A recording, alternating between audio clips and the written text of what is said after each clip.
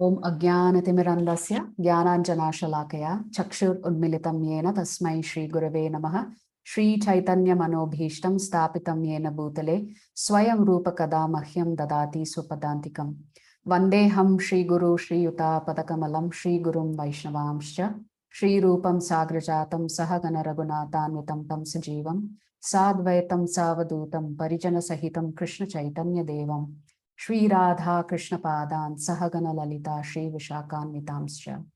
Hey Krishna Karuna Sindhu Dina Bandho Jagatpate Gopesha Gopika Kanta Radha Kanta Namostate Tapta Kanchana Gaurangi Radhe Vrindavaneshwari Vrishabhanu Sute Devi Pranamami Haripriye Vancha Kalpadarupyascha Kripa Sindhu Evacha Patitanam Pavanebhyo Vaishnavebhyo Namo Namaha Nama Om Vishnu Padaya Krishna Prishtaya Bhutale Srimati Bhakti Vedanta Swamin iti namine.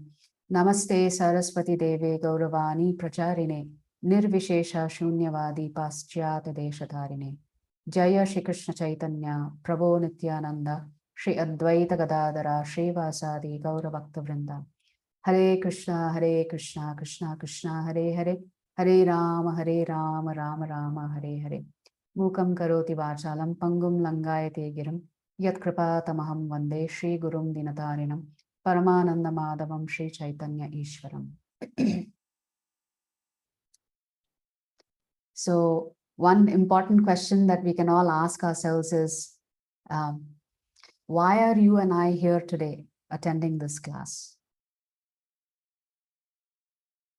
Every single ISKCON is conducting classes both in the temple and online. And millions of souls are attending such classes. So 56 years ago, a very elderly monk from India traveled all the way to America and he landed in New York. So 56 years ago, our dear Srila Prabhupada, on July 11th, 1966, incorporates the International Society for Krishna Consciousness in New York. So because Srila Prabhupada establishes this wonderful institution, today hundreds and thousands of souls are getting benefited because they have learned how to practice Krishna consciousness. America is known as the land of the free and the home of the brave. It comes in their national anthem. Land of the free and home of the brave. And New York is known as the city that never sleeps. So, but this one act of Srila Prabhupada to set up this institution that was incorporated in New York. It's a wonderful organization, it's a wonderful institution. It has done so much for the world already. And it will continue to do so in the future. So ISKCON as an institution will outlive you and me.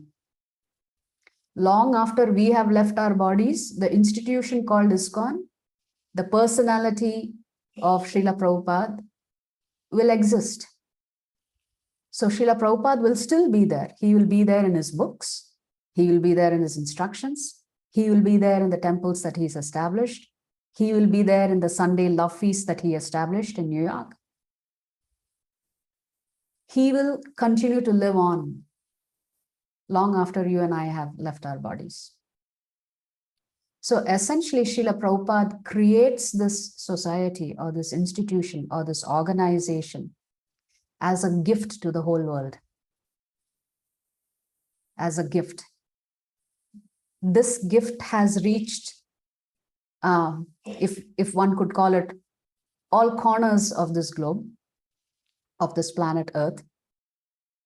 And because of Srila Prabhupada, the Hare Krishna Maha Mantra is being recited all over the globe, in almost every single country. So the Lord's name is vibrating day and night somewhere on this planet Earth. somebody is moving their lips and chanting the Hare Krishna Mahamantra. When you and I are asleep, somebody in the Western world is awake and they have started their chanting during the Mangalarti hours. So constantly, every minute of every day, somebody is chanting the Hare Krishna Mahamantra across this globe. So what did Srila Prabhupada actually give us? He gave us not only Krishna, but Krishna Prema. He also gave us the worship of Lord Narasimha, the worship of Tulsi Devi, Vrindavan Dham. He gave us Parikrama. He gave us Prasadam. He gave us Sankirtan.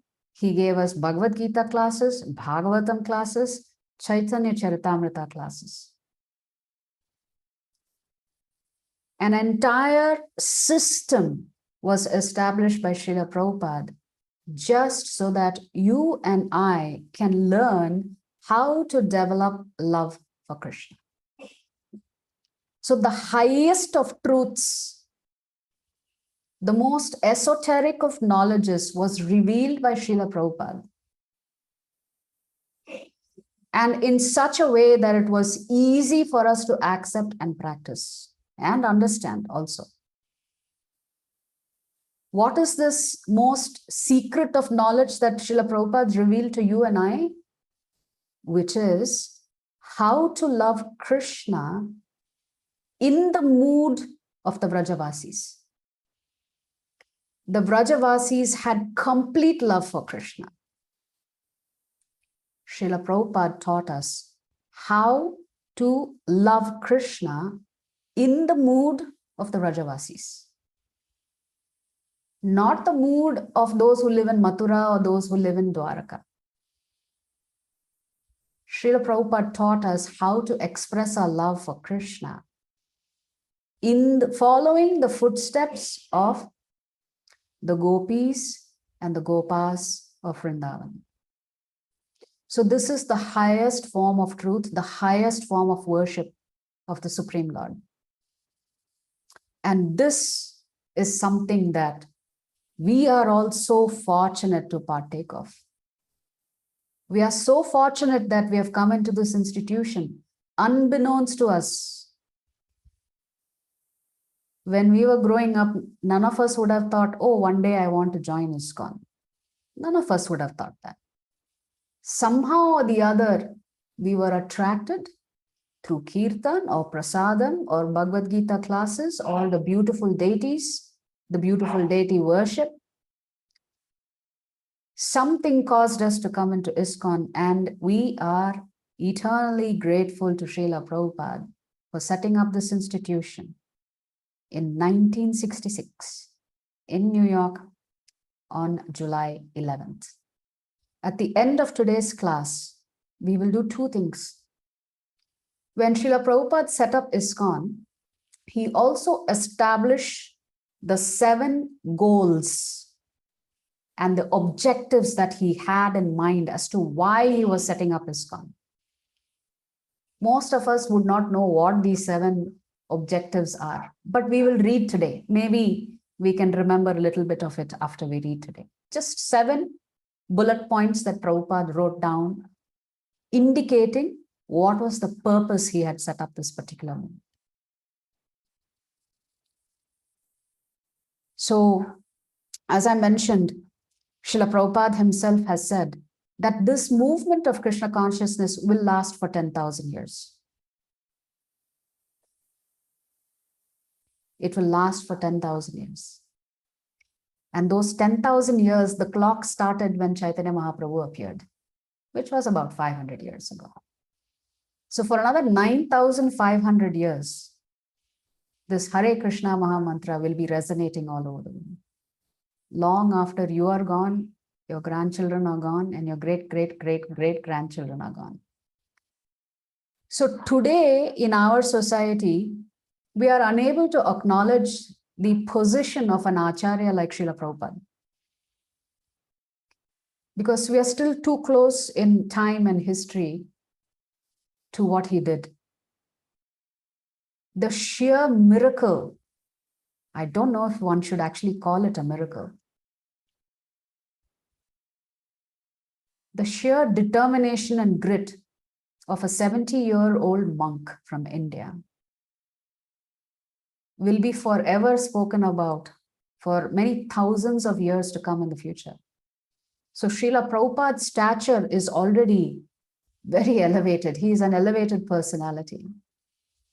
But as time goes by, as years go by, his stature will increase more and more and more. His name will become a household name. But look at his humility. He made sure that it was not his name that came to the forefront when he established the institution. It was the Lord's name that came to the forefront. That's all he was worried about. He didn't worry about whether people knew who he was.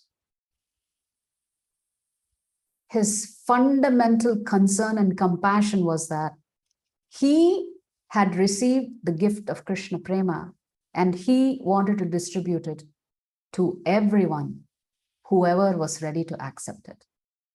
See, sometimes we get a gift, but we question whether it's a gift that's going to be useful to you or not.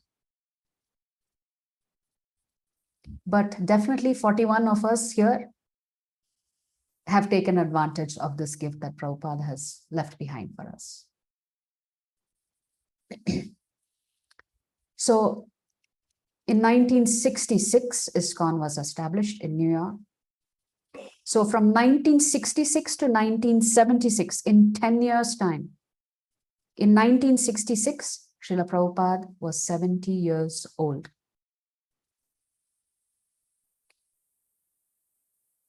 In 1976, Prabhupada was 80 years old.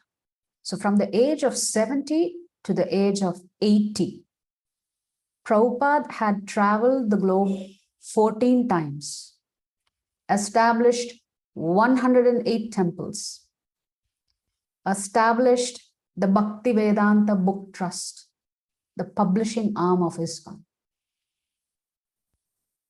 And so many things Srila Prabhupada has established for you and me. So much so that in such a short period, there were a few governments that were very worried about this movement. They thought, what is happening to our youth?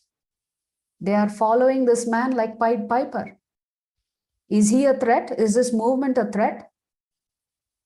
Has this become a cult that we should worry about? So there are certain governments that also objected to this movement. Parents objected to their children joining ISKCON.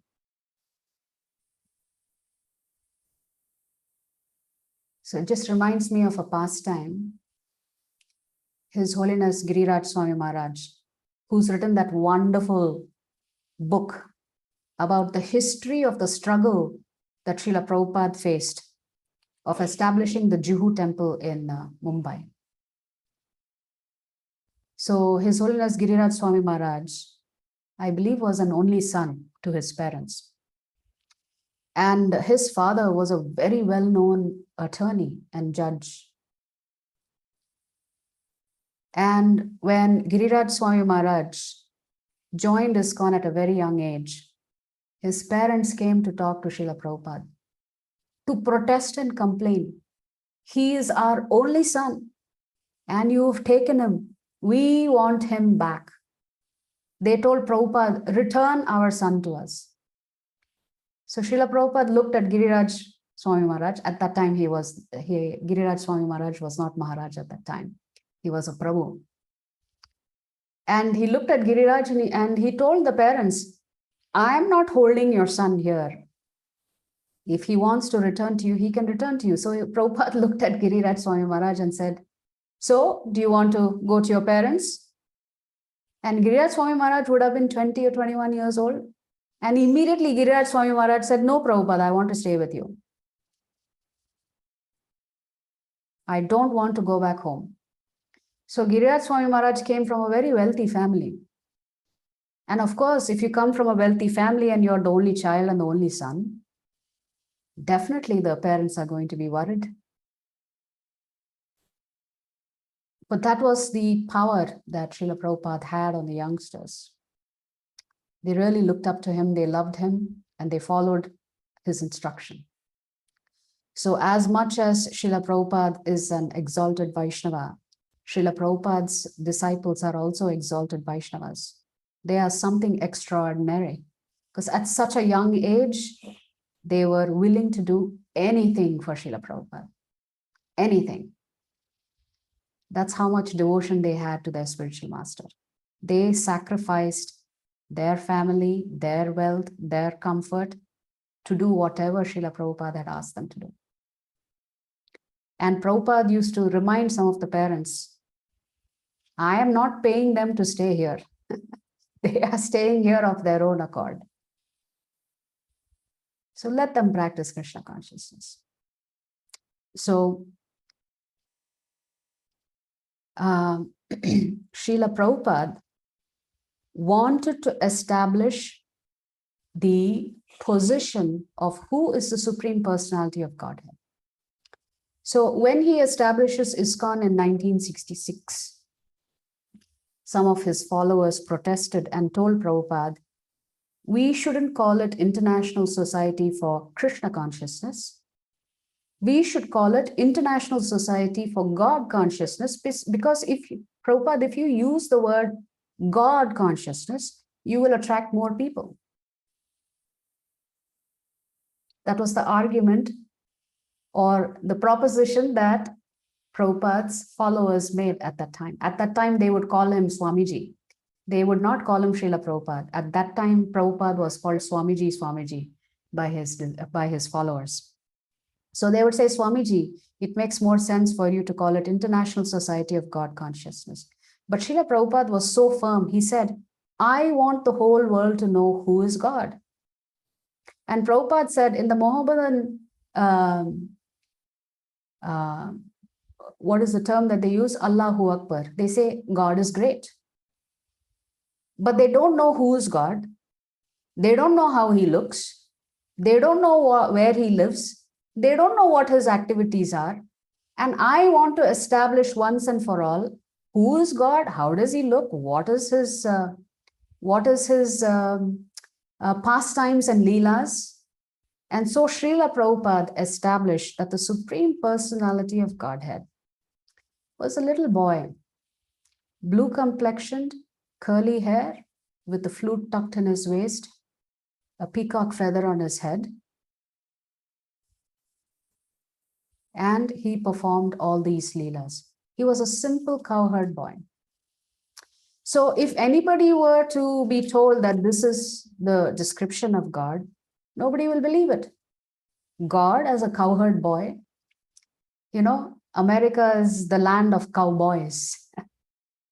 There are a lot of, especially if you go to the Midwest and South of America and extreme North of America bordering Canada, you will hear about cowboys. They have these huge farms and these cowboys ride the horses. And what do they carry in their hip?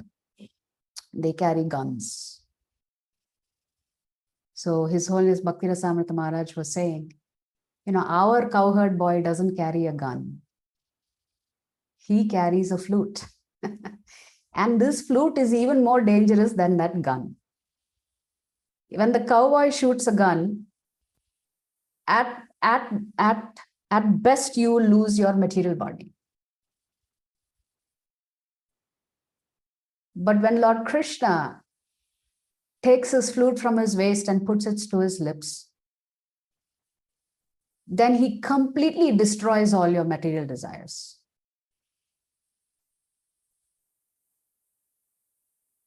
So all your notions of materialistic things are destroyed when Krishna plays the flute. And then what does Krishna do? He brings everybody to the stage of perfection, which is love of Godhead. So when he plays his flute, you will fall in love with him. So Srila Prabhupada said that the sound of Krishna's flute is not different from the Hare Krishna Mahamantra. Both are sound vibrations that attract you to Krishna. Chanting the Hare Krishna Mahamantra attracts you to Krishna. Your attraction grows as your heart gets cleansed more and more, which is a beautiful thing. So there is double bonus in chanting. The first bonus is your consciousness is getting cleansed. The second bonus is you really begin to love Krishna. So two things happen simultaneously. So today, ISKCON as an institution has over 800 temples around the globe. There are so many projects, there are so many farms. There is a youth movement for the boys, for the girls. Generally, when a great Acharya comes, the movement grows when he's there. But after the Acharya leaves, then the movement tends to stagnate or completely disintegrate sometimes. So once the Acharya goes, the movement also stalls or doesn't grow anymore.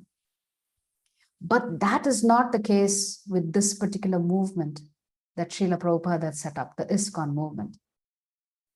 This is one movement that is growing by leaps and bounds year after year. So can you imagine the significance of what Srila Prabhupada has done? 2021. If Prabhupada were here today, a few days from now, he would be 126 years old today. Just September 1st is when Prabhupada was born. September 1st, 1896. So last year, we celebrated the 125th birth anniversary or appearance day of Srila Prabhupada. So Prabhupada's movement is growing long after he's gone. And why? Because his disciples took his instructions to heart. Just like Srila Prabhupada took the two instructions that he was given by his spiritual master, all the instructions that Srila Prabhupada gave his disciples, they are wedded to those instructions. That is why ISKCON is growing. I was actually listening to some of Srila Prabhupada's disciples glorifying him on his Vyasa Puja day in Vrindavan. Some of his senior disciples had come to Vrindavan. And they were pleading with those who were sitting in the temple saying, our time has come up. All of us are growing old one by one. Srila Prabhupada's disciples are reducing. We are all giving up our body. We've become old. We've become feeble. They were begging and pleading with those sitting in the temple. Your generation has to now take up Srila Prabhupada's instructions and move forward.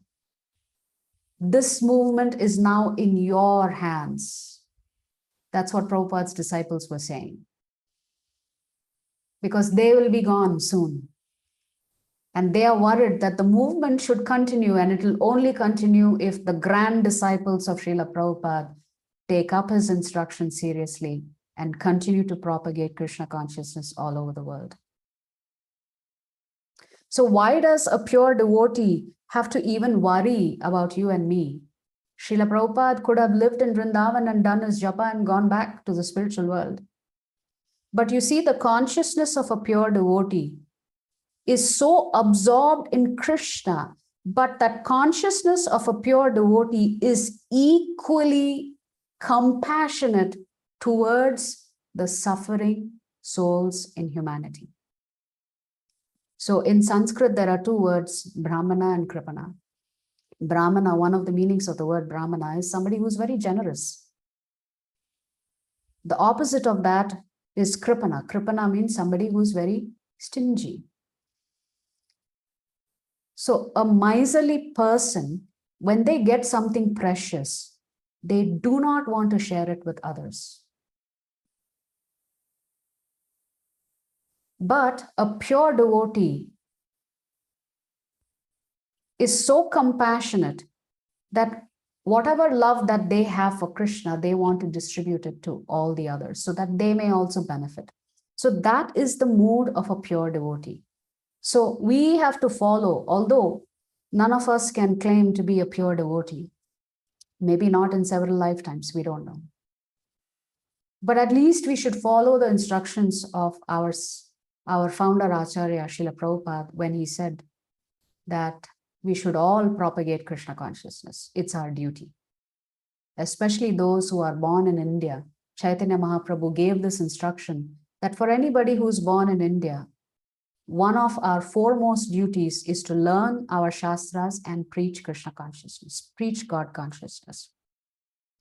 So Srila Prabhupada, at the age of 69, he undertakes a voyage by sea and comes all the way to America. And that was not an easy voyage for him. 35 days on the ship. Srila Prabhupada was extremely seasick. He suffers heart attacks, but he still continues. He doesn't give up. So what a wonderful institution Srila Prabhupada has set up. Every single thing, from the smallest of things to the most complex of things, Srila Prabhupada has established a process. How to worship the deities, how to give class, how to study the Bhagavad Gita, how to do Sankirtan, how to cook for the deities, how to distribute prasadam. Every little detail Srila Prabhupada has established. A proper program end to end in every ISKCON is being followed. Right from Mangalarti all the way to Shayanarti. So from the age of 69 to 81, 12 years, 108 temples, and thousands of followers around the globe in every continent. And all Srila Prabhupada wanted to do was to tell us, you can also learn to love Krishna. There is no exclusive category here that only some people get to love Krishna. Anybody can love Krishna if you follow Srila Prabhupada's instructions. So Prabhupada took the timeless wisdom of our ancient scriptures and took it to the West, and then the rest is history, as they say. So Srila Prabhupada was born on September 1st, 1896. He was born in Tollygunge, Kolkata. He was born into a Vaishnava family.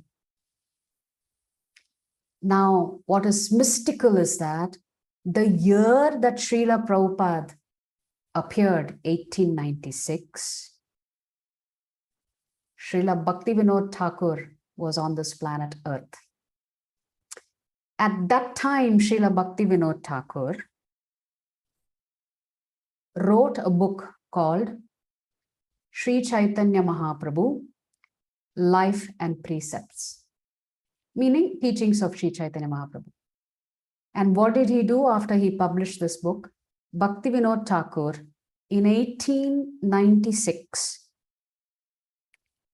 sends a copy of that book to McGill University in Canada. So the same year that Prabhupada made his appearance is the same year the teachings of Chaitanya Mahaprabhu landed in the Western world, in a university in Canada. So Srila Prabhupada's father's name was Gaur Mohan De. He was a wonderful Vaishnava.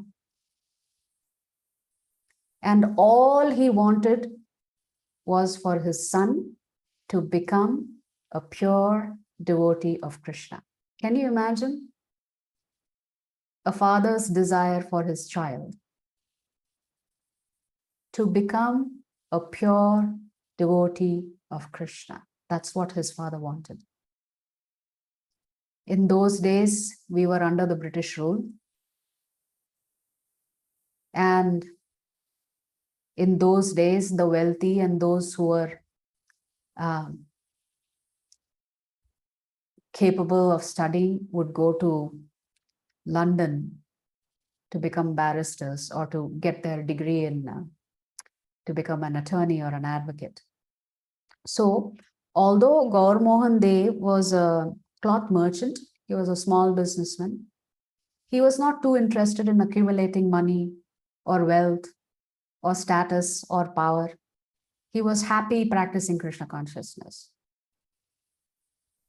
So he was such a devotee of the Lord that almost every day some sadhu or the other would be in their house. So Srila Prabhupada grew up observing the culture of sadhus being invited to the house, being served very nicely, listening to their pravachan. Of course, even in those days, not all sadhus were exalted sadhus. Some sadhus were sadhus only with their vastra, but not inner. In their inner consciousness did not exhibit them being a sadhu. So, from a very young age, Gaur Mohan De showed Srila Prabhupada how to worship the deities of Shri Radha Krishna. So Srila Prabhupada recalls that when his father would come back after closing the shop, late into the night, his father would be doing puja to Shri Radha Krishna. The children would be in bed, but Srila Prabhupada said, I could hear my father ringing the bell and doing puja in the puja room. So Srila Prabhupada, when he was born in 1896, his father named him Abhay Charan. Abhay means fearless. Charan means feet. But if you put the two words together, Abhay Charan, generally it means somebody who is attached to the lotus feet of Krishna becomes fearless.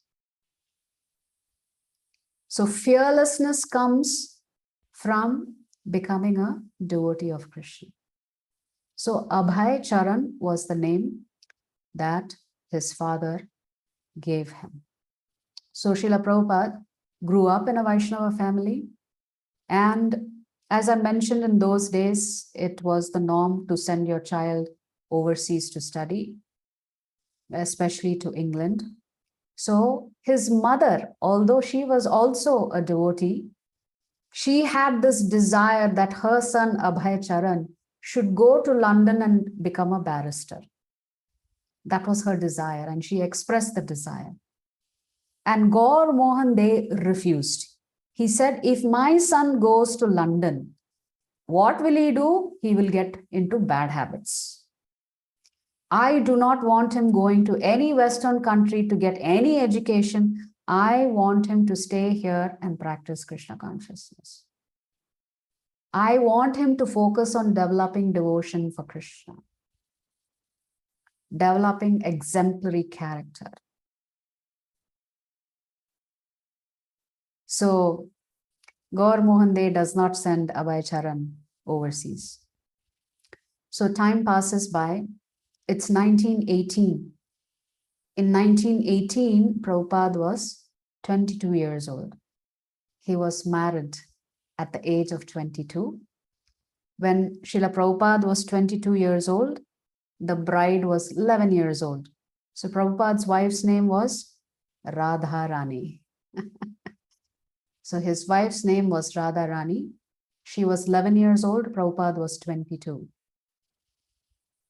But of course, in those days, even though you were married at a very young age, the girl would only move into the boy's family when she comes of age, right? So, so his wife comes to stay with them much later on because she was too young at the age of 11 to be with Prabhupada.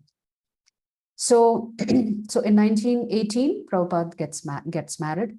In 1922, when Prabhupada is still attending the Scottish College in Kolkata, so he's still a student, he's going to college.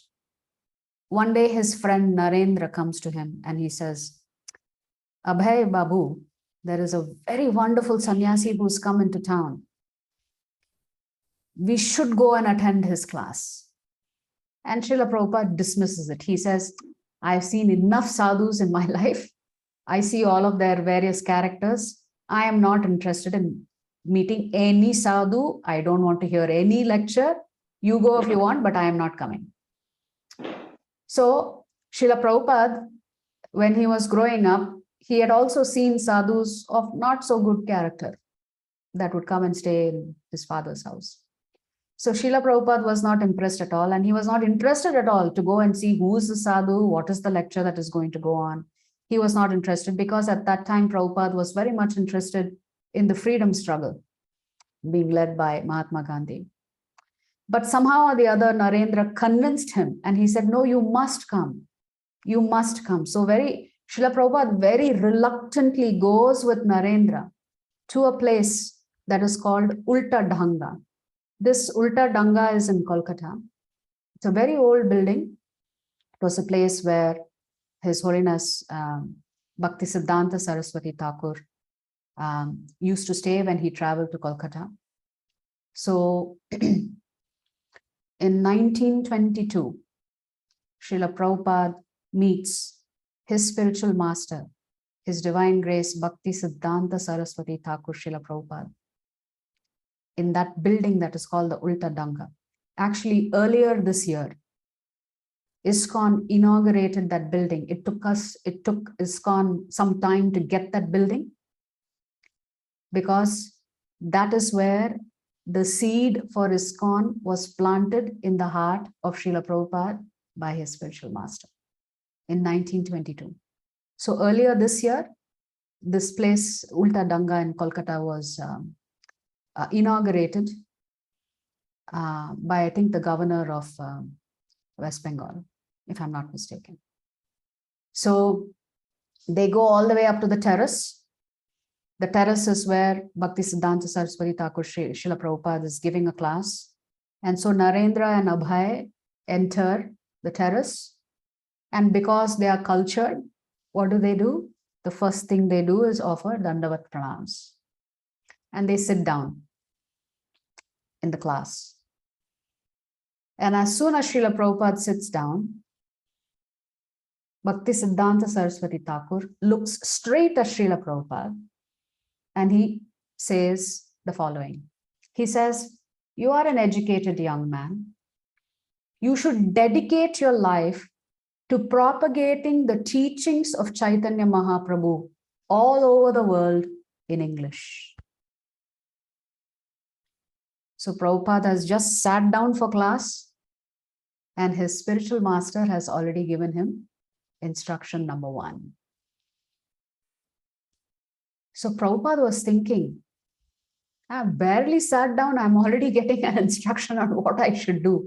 That I should dedicate my life to spreading the teachings of Chaitanya Mahaprabhu all over the world in English. So that mission statement was given to Srila Prabhupada, and that seed of ISKCON was planted in the heart of Srila Prabhupada in 1922. At that time, Prabhupada was 26 years old. And Abhay Charan was thinking, I just met this sadhu. He's already given me an instruction. And so Srila Prabhupada gently protests. He tells Bhaktisiddhanta Saraswati Thakur, we are all subjugated by the Britishers. We don't have any freedom. We are all fighting to get ourselves free. Who will bother about Chaitanya Mahaprabhu's instructions? Who would care for it? So very gently, he resisted and he said, nobody is going to be ready to hear about the teachings of Chaitanya Mahaprabhu because our struggle is our preoccupation of getting independence from the British rule. At that time, his spiritual master, keep in mind, Prabhupada had not yet taken Diksha. This is the first time he is meeting his spiritual master. At that time, Srila Bhaktisiddhanta Saraswati Thakur Prabhupada said, Krishna consciousness is an emergency. Giving Krishna consciousness is an emergency. It cannot wait for any other material development like freedom this, perfect this, all this money, perfect situation. Krishna consciousness is an emergency. It cannot wait for material developments. And then he tells him something astounding. He tells our Srila Prabhupada, By the way, there are two Srila Prabhupads here. Bhakti Siddhanta Saraswati Thakur was known by his disciples as Srila Prabhupada. Our Srila Prabhupada was called Srila Prabhupada by his disciples in the West, much later. So in the Gaudiya Math, our Srila Prabhupada is simply known as Swami Maharaj. If you go and say Srila Prabhupada, it automatically means it's their spiritual master, Bhakti Siddhanta Saraswati Thakur. So he was also referred to as Srila Prabhupada. So at that time, Bhakti Siddhanta Saraswati Thakur said, what is real freedom? Real freedom is not getting freedom from the British. Real freedom is to be free from the cycle of birth and death. Real freedom means to become a pure devotee of Krishna. That is real freedom. So when Srila Prabhupada hears these words from the lotus lips of his spiritual master, it leaves a deep impression on him. So in his mind, Srila Prabhupada accepted Bhakti Siddhanta Saraswati Thakur Srila Prabhupada as his guru. In his mind. So after that, Srila Prabhupada meets his spiritual master maybe 4 times, a couple of times in Vrindavan and a couple more times in Kolkata. So in 1925, 3 years after he had met his spiritual master, he hears that this Bhakti Siddhanta Saraswati Thakur is visiting Vrindavan and he's giving classes on Srimad Bhagavatam there. So at that time, Srila Prabhupada decides to travel to Vrindavan. So in 1925, Srila Prabhupada goes to Vrindavan for the very first time. He was 29 years old and his spiritual master was giving lectures on Srimad Bhagavatam. And Srila Prabhupada would sit and listen attentively. And Prabhupada continued to practice Krishna consciousness while he had set up his own pharmacy business. But he was practicing Krishna consciousness. But he was thinking at that time, I'm married, I have a family, I can't do much. I can just practice Krishna consciousness and hear from the lips of my spiritual master as and when I can. So in 1922, he gets his instruction. In 1933, 11 years later, Srila Prabhupada takes Diksha from his spiritual master. Where did this happen? This happens in Prayag, Allahabad. So 1933, he takes Diksha. So what was his name changed to? So Bhakti Siddhanta Saraswati Thakur changes Prabhupada's name simply by adding the word Aravinda. So his name was changed to Abhay Charanaravinda. So his father had given him the name Abhay Charan. His spiritual master just simply changed that name to Abhay Charanaravinda, meaning somebody who's taken the shelter of the lotus feet of Krishna and has become fearless as a result of it. So now he was known as Abhay Charanaravinda Dasa. That's all. His spiritual master added Aravinda to the name of Srila Prabhupada. So Prabhupada was listening very attentively. In 1935, again, Srila Prabhupada goes to Vrindavan. His spiritual master is there. So in 1925, he goes to Vrindavan for the first time. In 1933, he takes initiation. In 1935, 10 years after he first visits Vrindavan, Prabhupada makes his second trip to Vrindavan to hear from his spiritual master.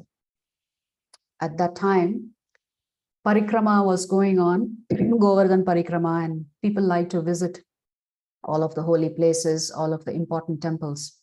So Bhakti Siddhanta Saraswati Thakur, Prabhupada was known to give very long classes, highly philosophical classes. And after some time, some of his disciples or followers would get up and leave the class because they were interested in going to this temple, that temple, going on Parikrama. One person would never leave. Who was that one disciple of his who would never leave when Srila Prabhupada his spiritual master was giving classes? Abhay Charanaravinda Das would never leave.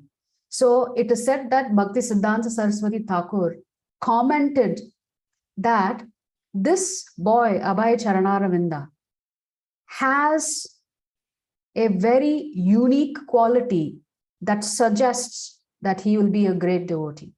What is that unique quality? The ability to listen attentively during class.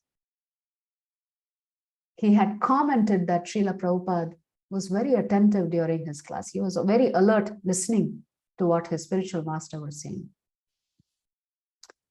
So at that time, what was happening in the Gaudiya Math? Srila Bhakti Siddhanta Saraswati Thakur had established the Gaudiya Math.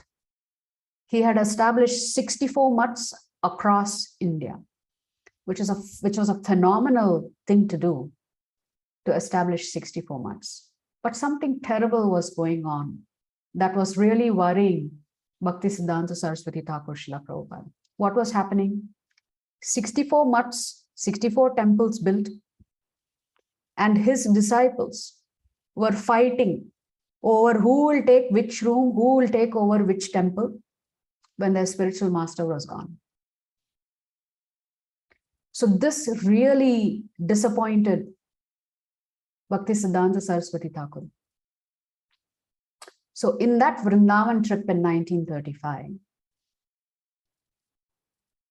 His Divine Grace Bhakti Siddhanta Saraswati Thakur had a very intimate conversation with our Srila Prabhupada. And in 1935, Srila Prabhupada got his second instruction. First instruction was, propagate the teachings of Chaitanya Mahaprabhu all over the world, do it in English. That was in 1922. In 1935, his spiritual master would give him his second instruction. So, Bhakti Siddhanta Saraswati Thakur said, what is the point of me setting up all of these temples? These expensive temples, these grand temples with marbles. Look at what my disciples are doing. They are busy fighting among themselves, trying to figure out who is going to take over what temple, who is going to get what room in the temple, who can live where. This is what his disciples were preoccupied with. So at that time, Bhakti Siddhanta Saraswati Thakur told Srila Prabhupada, if you ever get money, do not build temples. Publish books. So that was the second instruction Srila Prabhupada got.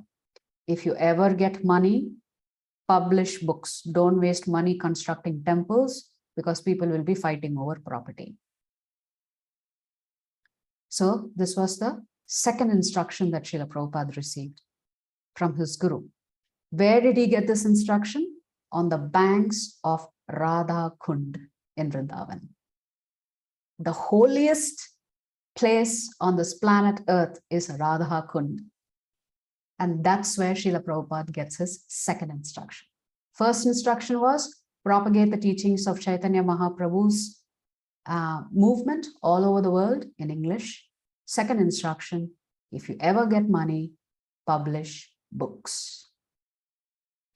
So that was 1935. So in 1936, a year later, Srila Prabhupada writes a letter to his spiritual master and asks him specifically, please let me know if you have any instructions for me. So Prabhupada has already received two instructions, right? One in 1922, one in 1935. 1 year later, Srila Prabhupada is writing a letter to his spiritual master and asking him specifically, do you have any specific instruction for me? And his spiritual master writes back to Srila Prabhupada, telling him, repeating the same two instructions that he had given in 1922 and a year earlier in 1935. He told him, I want you to present this Gaudiya Vaishnava philosophy all over the globe in English. And his spiritual master writes back to him and tells him, today, all of this Vaishnava literature is either in Hindi or it is in Bengali. Nothing is written in English. The Goswamis, Krishnadas Kaviraj Goswamis, all of those exalted personalities had written either in Sanskrit, Hindi, or Bengali. So Bhaktisiddhanta Saraswati Thakur told Srila Prabhupada, you should take this philosophy in English. And to do that, he had to write books, because all the existing books were either in Bengali or in Sanskrit or in Hindi. So he told Srila Prabhupada, you will preach very nicely in English. I want you to write and I want you to preach. And I want you to go all over the world and preach this message, this Vaishnava philosophy in English. And when Srila Prabhupada receives this letter and reads it, he realizes his spiritual master is repeating the same two instructions he had given him, one in 1922, one a year earlier in 1935. So this time Srila Prabhupada really took it to heart. He said, my spiritual master wants me to do this. And at that time he was thinking, how can I fulfill the instructions of my spiritual master? I'm a family man. I have young children. I have a business that I'm running. I'm completely entangled with family life. But then Srila Prabhupada also made a resolve that one day he will fulfill his spiritual master's true instructions. He didn't know when that was going to be. He didn't know when that was going to be. But he had made a resolve, he will do it. So he said, when I am ready, I will dedicate my life to my spiritual master's instructions. So in that same year in which Srila Prabhupada writes a letter to his spiritual master and receives the response is the same year Srila Bhaktisiddhanta Saraswati Thakur disappears. So that's it. That was the last interaction between Srila Prabhupada and his spiritual master. He got that letter, and then Bhaktisiddhanta Saraswati Thakur left his body. So soon after, what happened to the Gaudiya Math? After the Acharya is gone, the Gaudiya Math got fragmented. Different sannyasis claimed ownership of different maths, and they were not working cohesively anymore. There was no collaboration anymore in Gaudiya Math. So everything fell apart. Everything got individualized. So His Holiness Bhakti Rasamrita Maharaj was saying in his lecture in Manchester that all of this was actually Lord Krishna's arrangement, that Srila Prabhupada was not deeply involved in the Gaudiya Math. Had he been involved deeply in the Gaudiya Math, he would have seen all of the things that were happening and would have probably become disgusted and left the movement itself.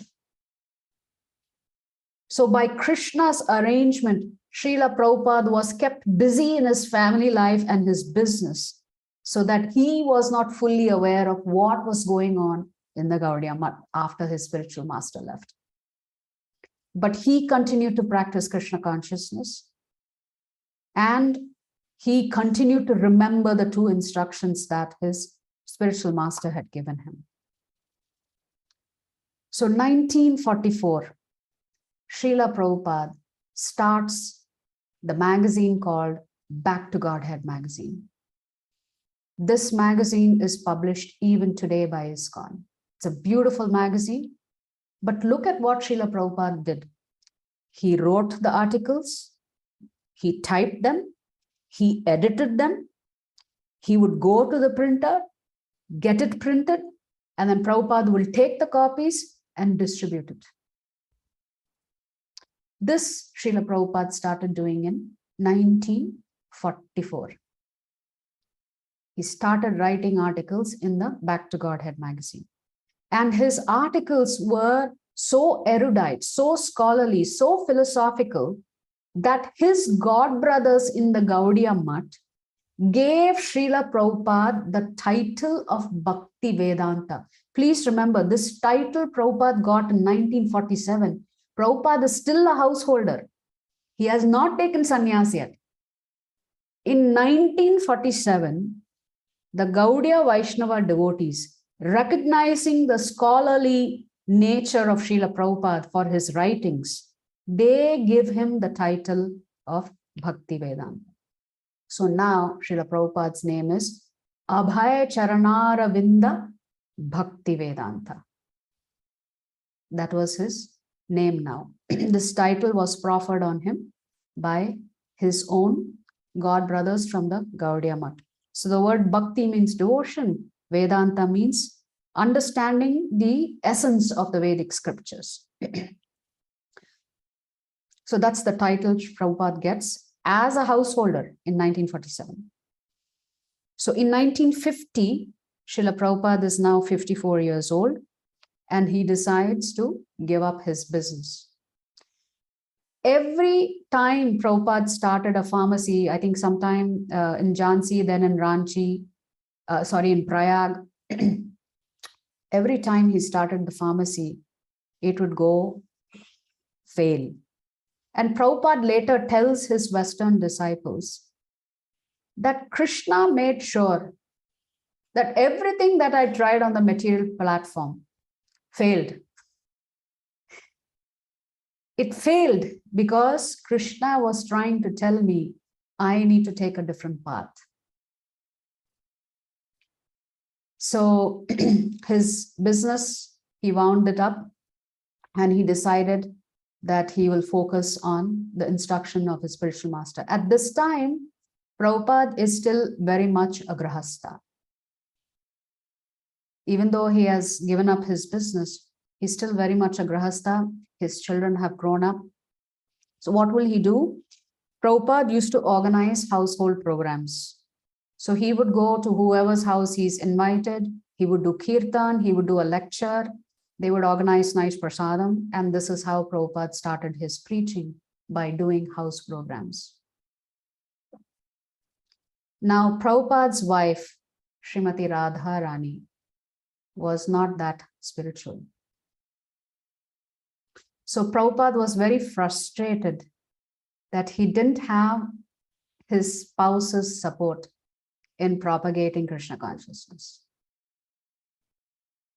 At that time, Prabhupada thought, I should get another wife.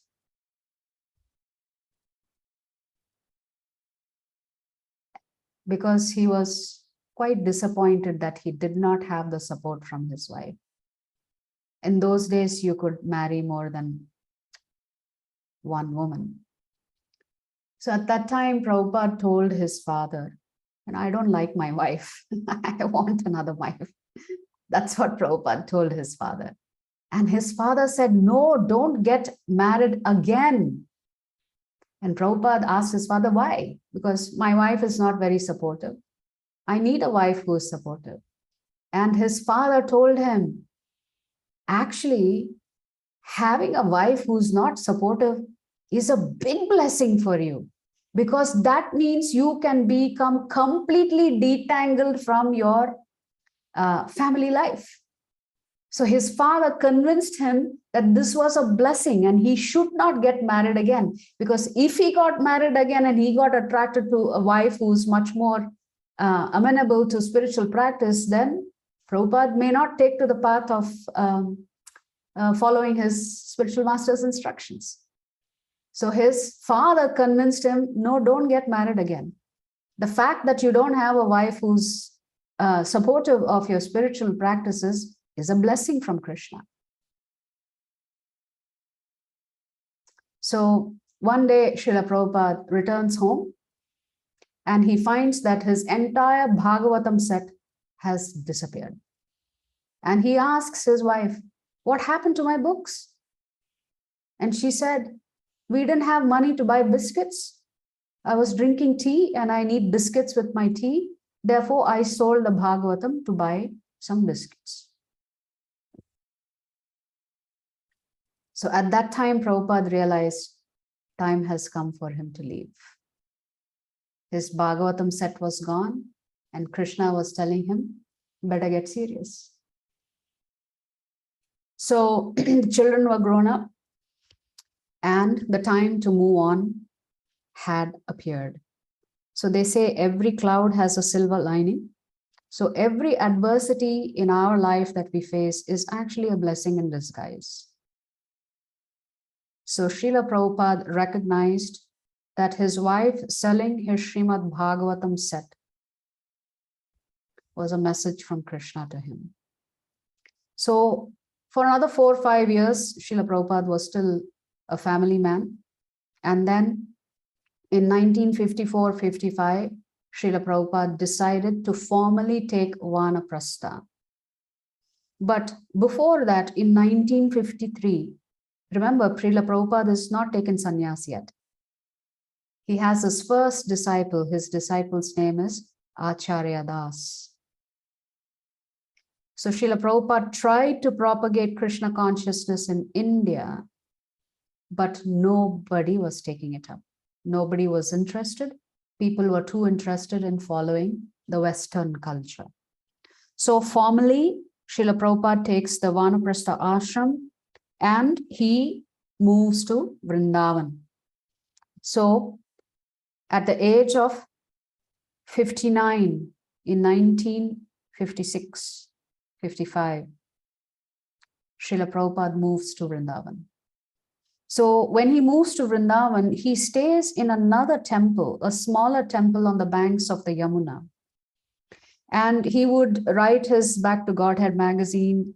He would go to Delhi to get it printed and distribute it. Like this, he was trying to make some ends meet. So whatever prasadam he would get, that's what he would have.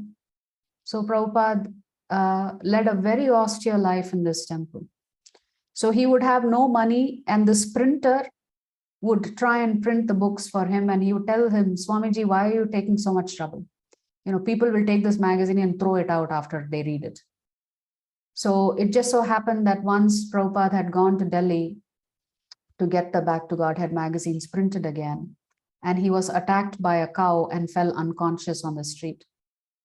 There was another incident where Srila Prabhupada was distributing the Back to Godhead magazine in Delhi in a very hot sun, and he fell unconscious because of the heat.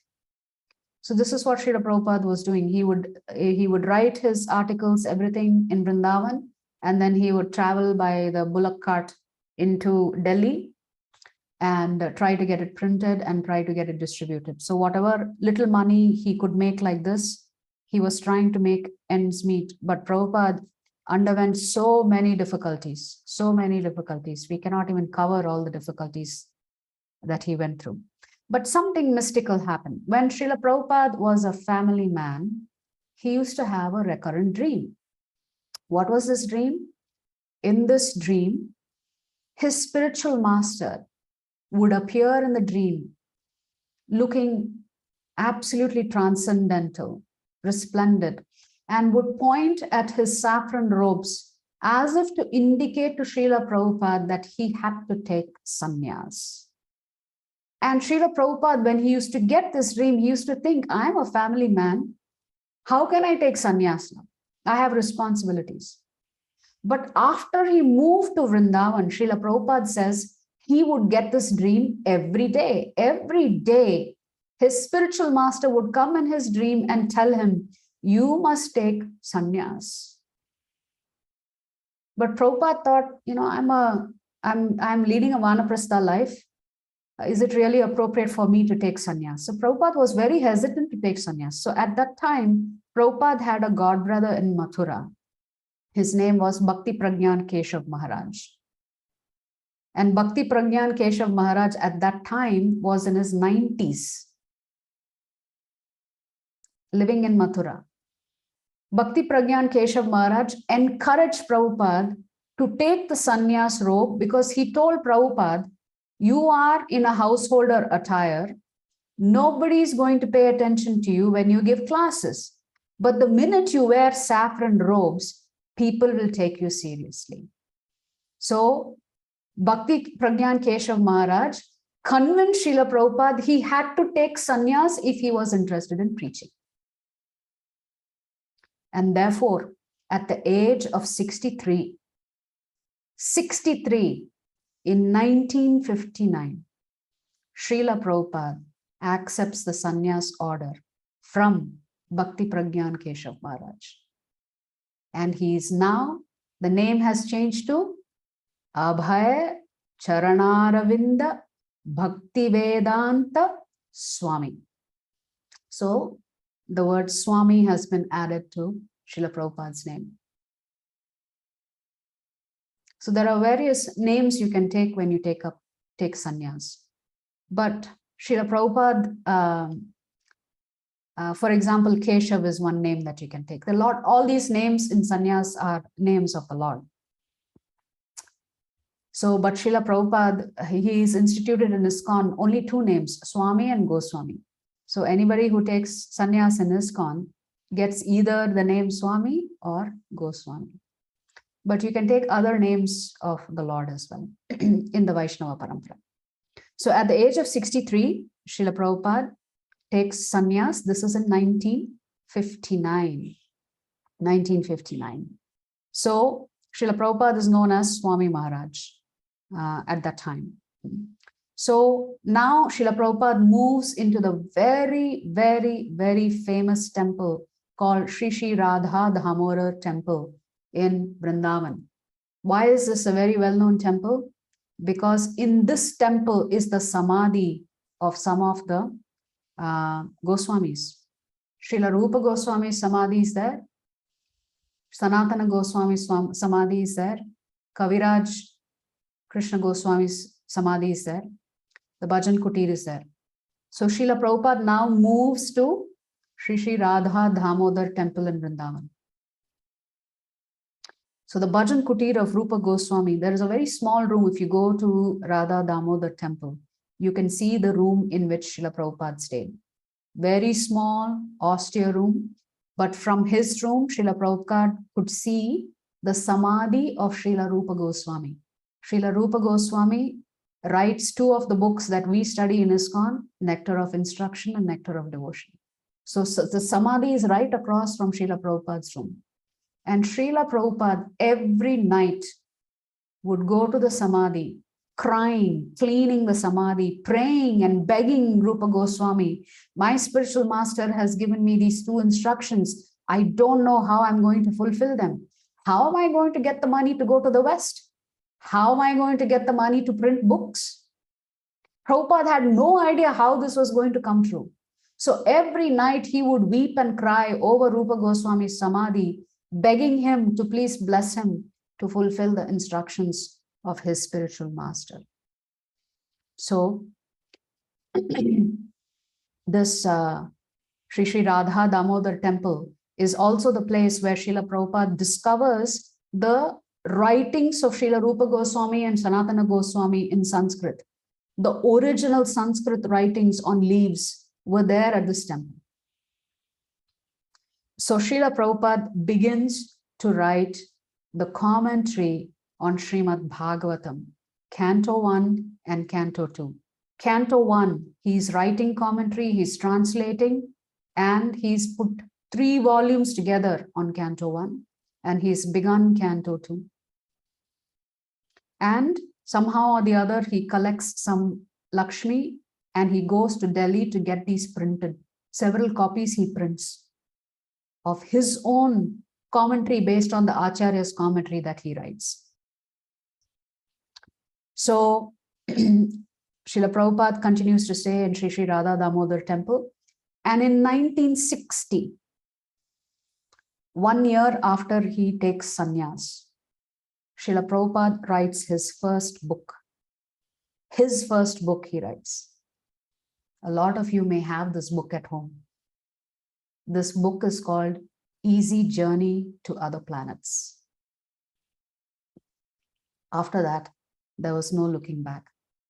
After his first book, Easy Journey to Other Planets, by the time Srila Prabhupada leaves this material planet, he writes more than 80 books. 80 books. Prolific writer, Srila Prabhupada was.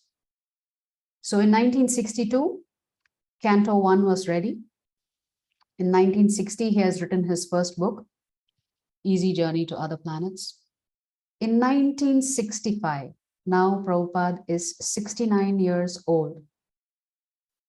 He has spent a few years in Vrindavan, studying the scriptures, writing the commentary of Canto 1 and Canto 2 of Srimad Bhagavatam, writing his first book, continuing to write the Back to Godhead magazine. Actually, Prabhupada stopped writing Back to Godhead magazine because one day somebody told him, what's the point of writing magazines, Prabhupada? Because people will read it and throw it in the trash can.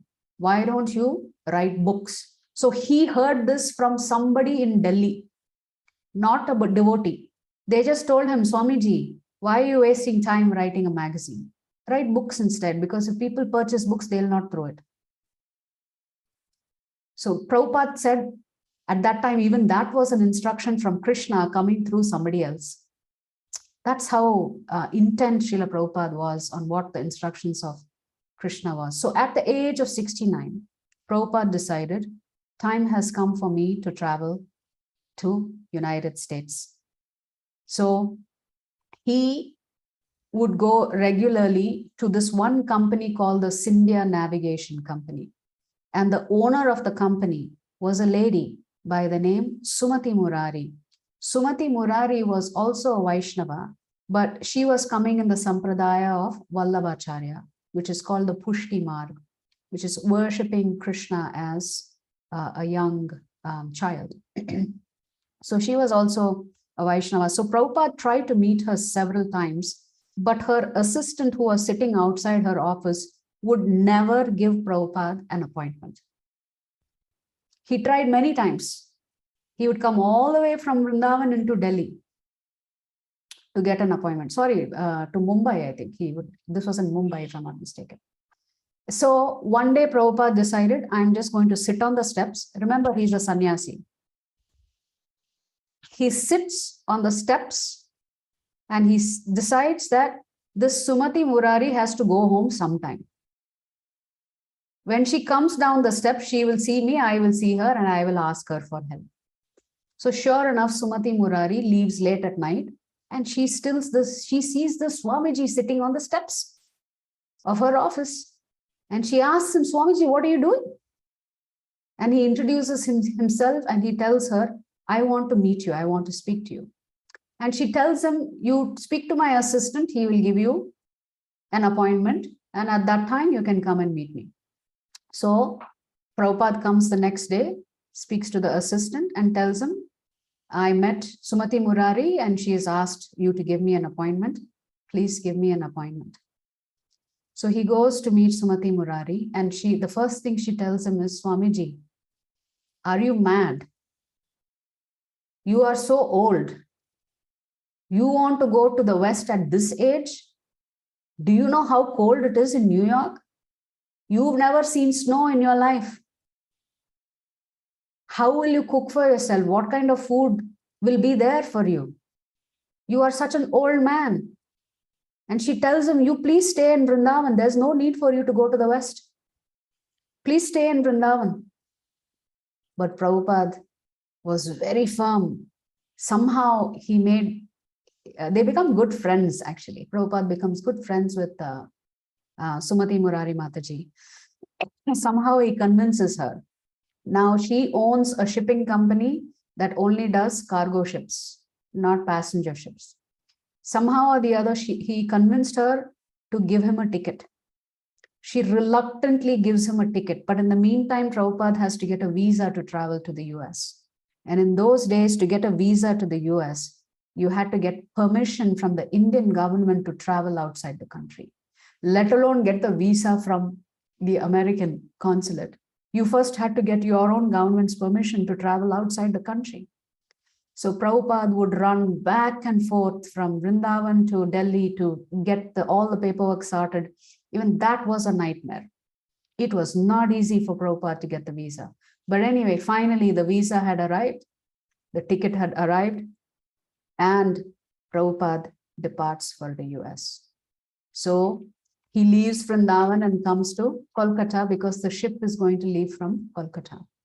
So in 1965, on August 13th, Prabhupada boards the Jaladuta and his son is there to see him off. Now, Prabhupada had taken sannyas, so he cannot obviously go and live with his family.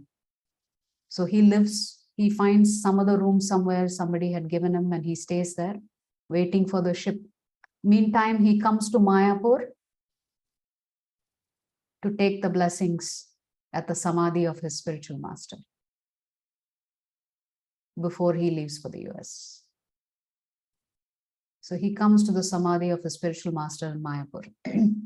So Prabhupada has boarded the ship.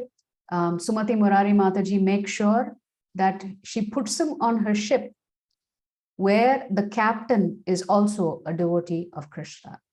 His name is Captain Pandya. And she tells Captain Pandya, this old Swamiji is going to travel with you. Make sure you take sufficient fruits and vegetables for his requirement. Please take good care of him. That was the instructions she gave Captain Pandya. So like this, Prabhupada has boarded the ship. The ship leaves Kolkata. It comes to Colombo, Sri Lanka. They stop at Sri Lanka and the captain takes Srila Prabhupada into Colombo and they go around seeing Colombo. Then they board the ship again. They travel around the corner of India and now they have reached Cochin. That day in Cochin was Janmashtami. Srila Prabhupada gives a class to everybody on the ship. He cooks bhoga, offers it to the Lord, and distributes prasadam. This happens when they are in the ship at Cochin. The following day is Srila Prabhupada's appearance day. So the day after Janmashtami is called Nandotsav. Nandotsav is the day that Srila Prabhupada was born. So like this, they are traveling from Cochin through the Mediterranean and Prabhupada has 2 heart attacks. He's extremely sick. He's never been on a ship. He's never been on an aircraft. He's never traveled outside India. So all of this is new to a 70-year-old man. As a 70-year-old man, he gets 1 heart attack. Then the second one happens in the Mediterranean. The ship was, the sea was very, very rough. So when Srila Prabhupada gets his second heart attack on the ship, he writes in his diary. He says, "My dear Lord, I don't know what your plan is for me.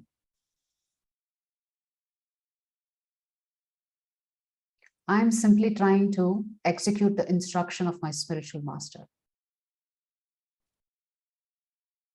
Please help me." So from the Mediterranean Ocean, the ship now comes into the Atlantic Ocean. And Captain Pandya says, never in his life of captaining a ship, he has ever seen the Atlantic Ocean to be so calm. So Krishna arranges smooth passage for Srila Prabhupada. And then Srila Prabhupada arrives in Boston and from Boston to New York. So in New York, so it takes 35 days from the time he boarded Kolkata to him to arrive in New York, 35 days on the ship. And Srila Prabhupada says, he tells his disciples, after I had the second heart attack, I knew if I got 1 more heart attack, I'm going to leave this body. Therefore, he was begging and pleading with Krishna, I don't know what your plans are for me. I only know what the instruction my spiritual master has given me. All I'm trying to do is execute that instruction. Please help me. So after that, the ocean waters becomes very smooth. And so Prabhupada arrives in New York and he goes and stays. He had an acquaintance in Mathura. And this person in Mathura, his son called Gopal Agarwal, was living in a place called Butler, Pennsylvania. He had married an American, so his wife's name was Sally. So it was Gopal and Sally Agarwal. So Prabhupada arrives in New York and then catches the bus to Pennsylvania. And so Gopal Agarwal is a little bit worried. He thinks, this Swamiji, how is he going to get along with my wife? She smokes, she drinks, we eat meat. How can I host a Swamiji in my house? So they decide to get Prabhupada a room in a YMCA close by. And Prabhupada would walk from the YMCA to their house every day and spend time. So pretty soon news spread that an elderly monk had come. So the curiosity quotient had gone up. And it was all over the newspapers. And the newspaper said, Bhakti Yoga ambassador arrives. Swamiji has come to start his church in America, representing the Hindu cult. Those were some of the headlines that were there in the local newspapers in Pennsylvania. Prabhupada realized that he couldn't depend on Sally Agarwal and Gopal Agarwal for too long. Prabhupada had come just with 40 rupees in his pocket, which was equivalent to $7. So he decides, what am I going to do in Pennsylvania? How am I going to execute the instruction of my spiritual master sitting in Pennsylvania? So Prabhupada thought, I have to go to New York. New York is a big city. It's a well-known landmark. People know that. That is where I should go and preach. So he gets into a bus with the help of Gopal Agarwal and lands in New York. At that time, he heard that there was some professor of Sanskrit, and that professor of Sanskrit would actually help him. And he also remembered that there was some gentleman in New York who was conducting yoga classes, an Indian. This Indian's name was Dr. Ramurthy Mishra.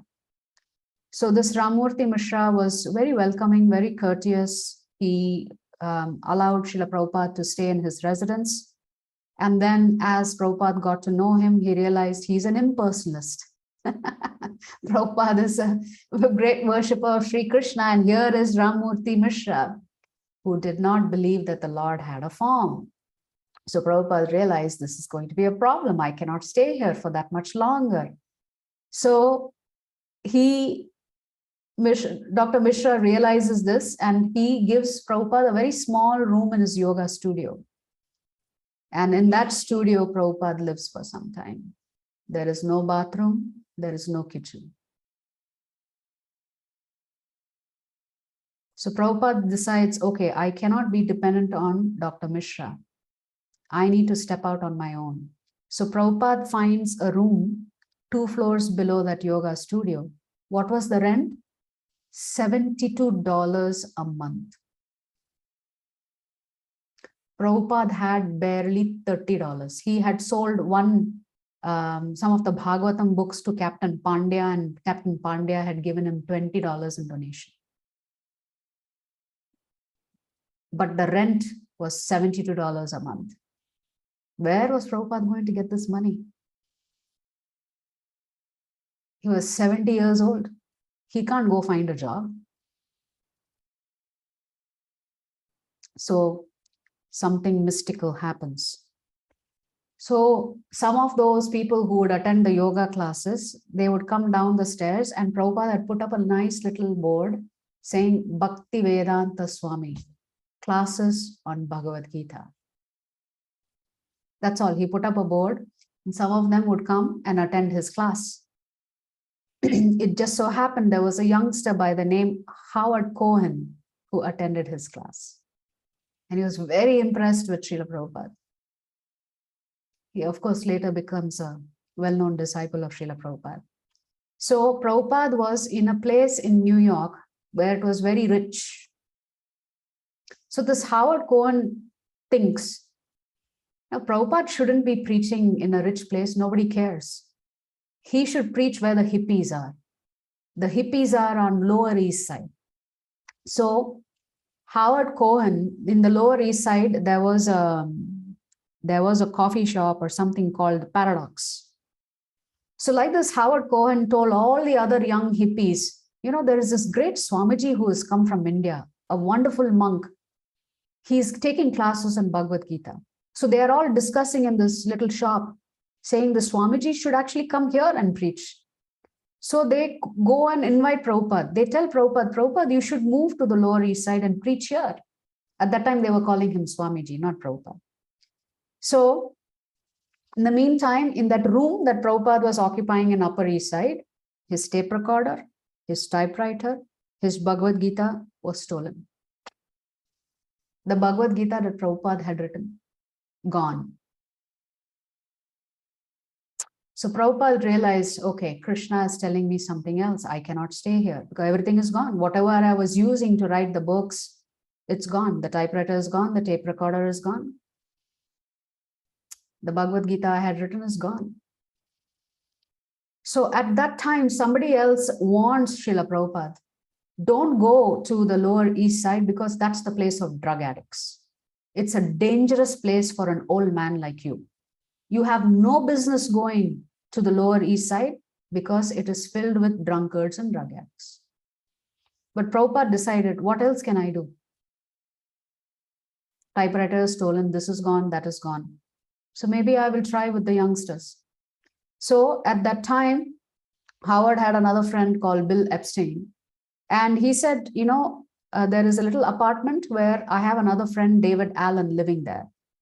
So Prabhupada moves in with somebody called David Allen, who happens to be a drug addict. This place is called Bowery. It was the most atrocious place, filthy, dirty, with drunkards laying on staircase. So when Prabhupada used to say, sometimes I had to cross over people drunk and laying on the floor to get to my room. So one day this David Allen was high on drugs and tried to attack Srila Prabhupada, tried to kill Srila Prabhupada. And Prabhupada, in a moment, stepped out of the room and went down. He happened to remember somebody's phone number, somebody by the name Carl who would attend his classes. He called Carl and told him what had happened. That David, in a fit of being drugged fully, lost his senses and tried to attack me. So again, Prabhupada is without a place to live. So two more people who used to attend Prabhupada's class in that yoga studio, they buy a newspaper, they find a place. This Prabhupada's disciple at that time, Karmi name was Mike. So this Mike and Howard tell Prabhupada, we will get you a place to stay. We will pay the rent. You can take the classes in this place. So they're looking in the newspaper and they come across this little storefront called Matchless Gifts. It's a small store. The title is Matchless Gifts. And Prabhupada saw that as a sign from Krishna. What is the best gift one can give somebody else? The gift of Krishna. So later on, Prabhupada writes a book that is titled Matchless Gifts. So Prabhupada begins to give classes in this Matchless Gifts, but what is the rent now? From $72, the rent for this little storefront is $125. $125. And it was just a small room. No bathroom, nothing. So they talked to the agent, Mr. Gardner.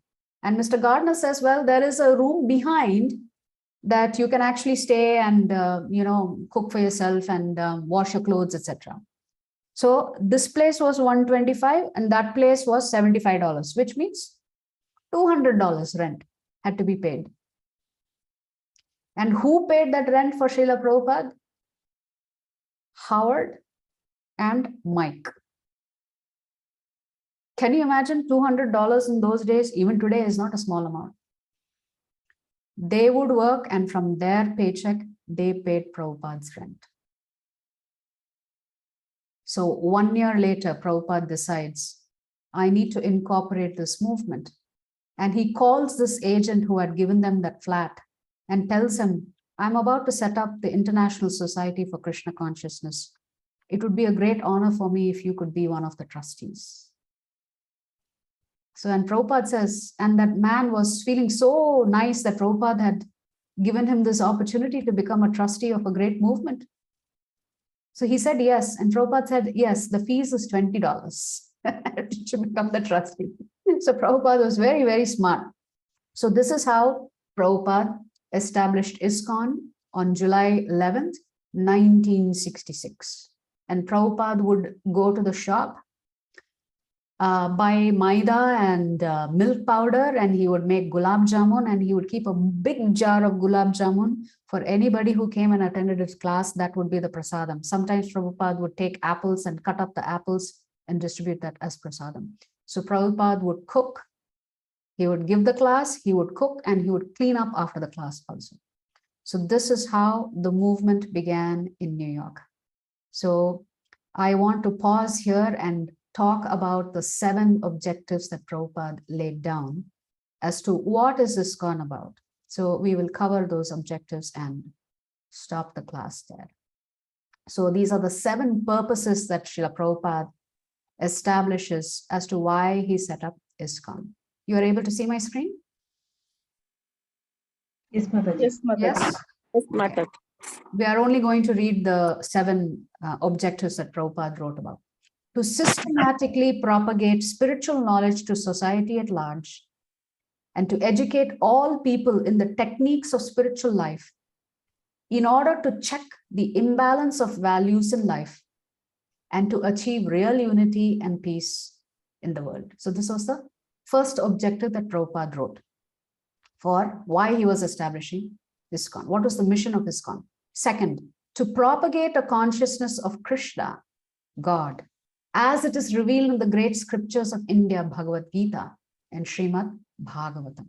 So who is God? God is Krishna.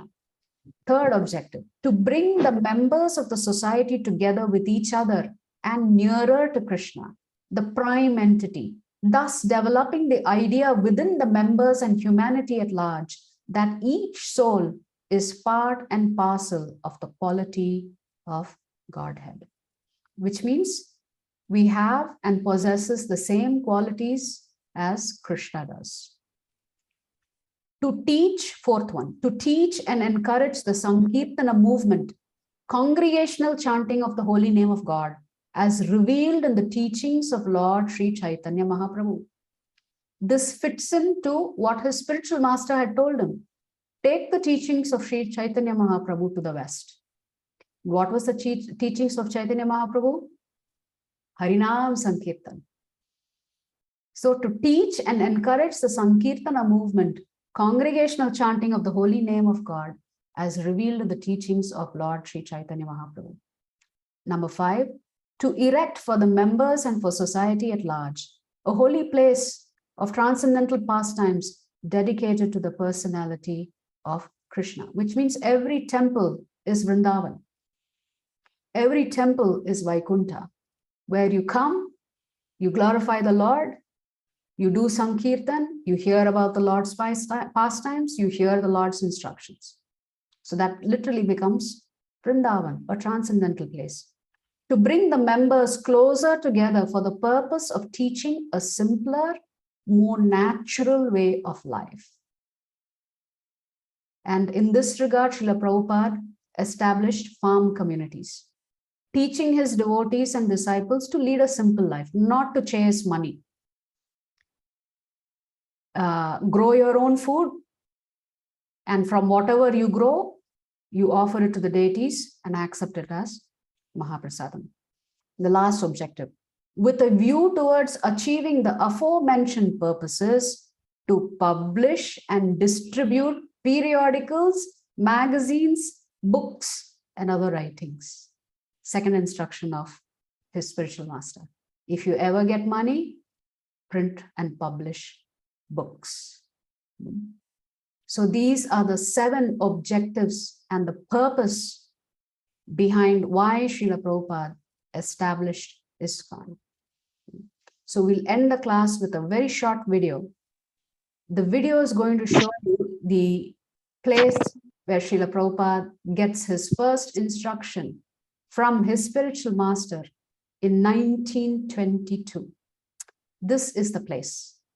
So as I mentioned, this place was eventually acquired by ISKCON. It was renovated and set up because this is also a place of pilgrimage from us, because this is where the seed of ISKCON was planted in the heart of Srila Prabhupada by his spiritual master in 1922.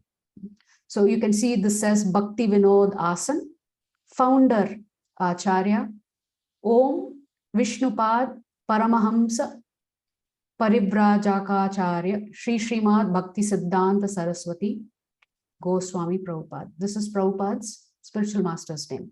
So the place is called Ulta Danga, but the official name is Ulta Dingi. Dingi means boats. Ulta Dingi Junction, Calcutta. We'll just watch this short video so you can see the place.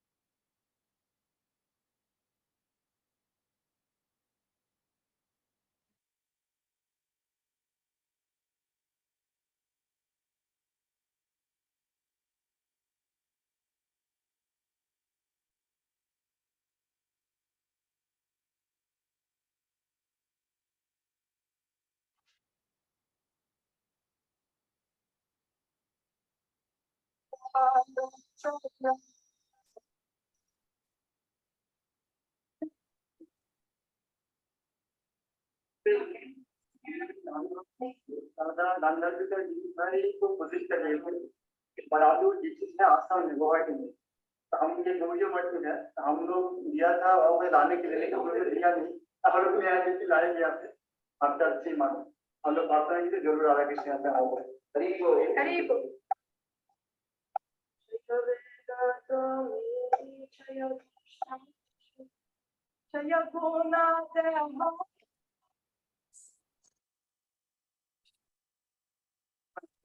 ये जगह बहुत important है अपने वैष्णव के लिए और इस प्रकार के डिवोटी से आप मेहनत करके इतना सब कुछ करते हैं देखिए बहुत बड़े रोकन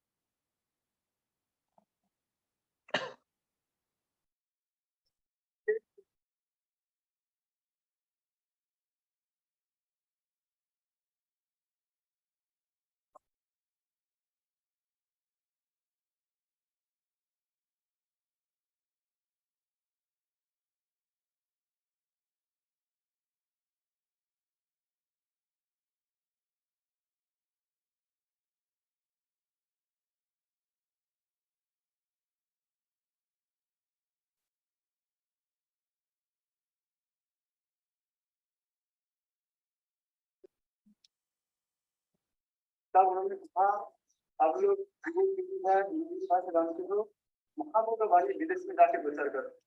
तब हमारे बाबू 26 years old and उसी तरह परीक्षा को 48 years उसका ये व्यवस्था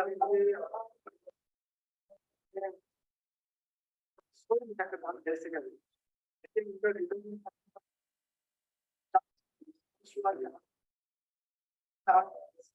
करेंगे मन में था। एक जब उन्होंने बोलना से चला गया ना का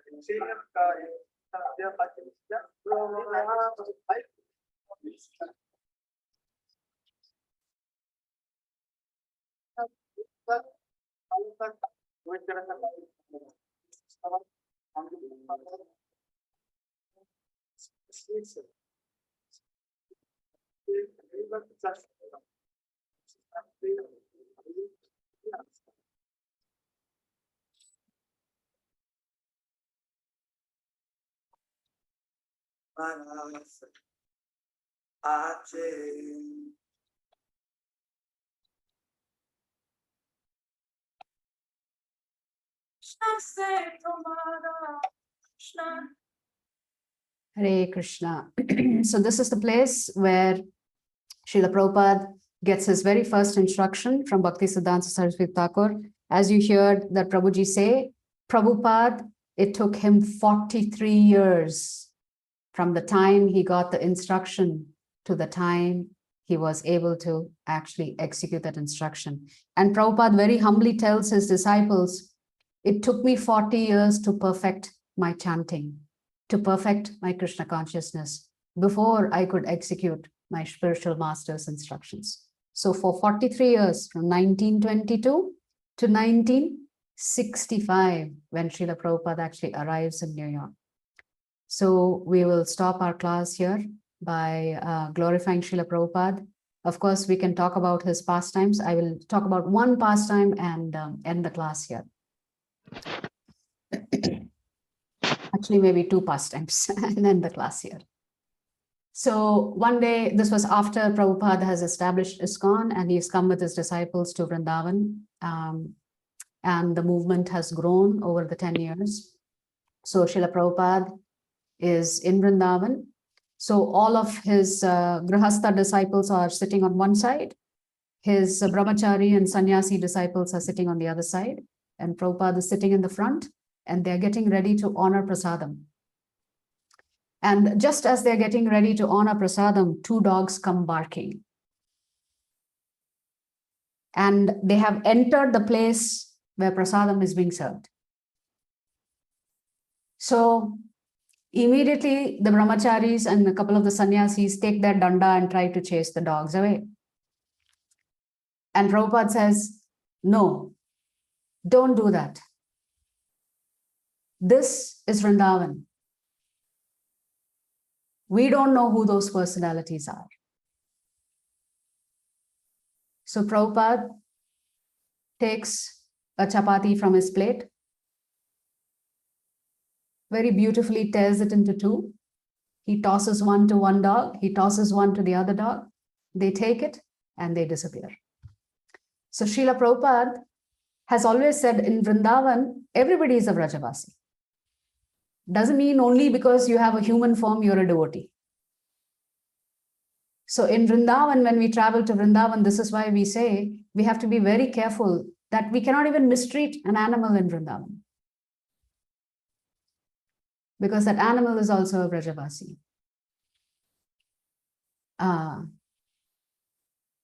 So similarly, there was another pastime. This was after Prabhupada's spiritual master's disappearance.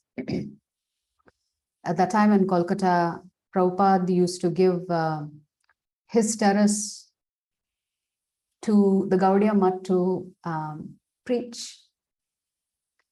So one day, there's Prabhupada's godbrother was preaching about Chaitanya Mahaprabhu's instruction that every Indian has to go and preach in the West. That is their solemn duty that they have to undertake. They have to read the scriptures and go and preach all around the world, propagate Krishna consciousness. That was Chaitanya Mahaprabhu's instruction. So at that time, this Dol Govind Prabhu had given this lecture, but Prabhupada was sitting outside on the steps and chanting his rounds. He was not attending the lecture. So after he finishes his lecture, this Dol Govind comes and sits next to Prabhupada and says, Abhay Babu, do you know, I just gave 1 hour lecture on Chaitanya Mahaprabhu's instruction, but I really don't know who's going to go to the West and propagate Krishna consciousness. I just gave a lecture, but I really don't know if that's even possible for anybody to do this. So at that time, Srila Prabhupada, who was known as Abhay Babu at that time, tells Dol Govind, if Chaitanya Mahaprabhu has made this statement, it will come true. But the Lord himself is saying that this needs to happen and this should happen, and therefore it will come true. And at that time, Dol Govind said, but how is it possible? Who's going to go to the West and preach? Who's going to take the name of Lord Krishna to every street, every village? That's what Chaitanya Mahaprabhu said, that his name will be glorified in every street, in every village, in every town across the globe. Prithvi Ache. That's what Chaitanya Mahaprabhu uses the word Prithvi, meaning the earth. He doesn't use the word, India. He uses the word Prithvi Ache, meaning his name will be glorified all over the earth. So at that time, Prabhupada said, in response to his god brother's question, I can't believe that anybody will be able to do this.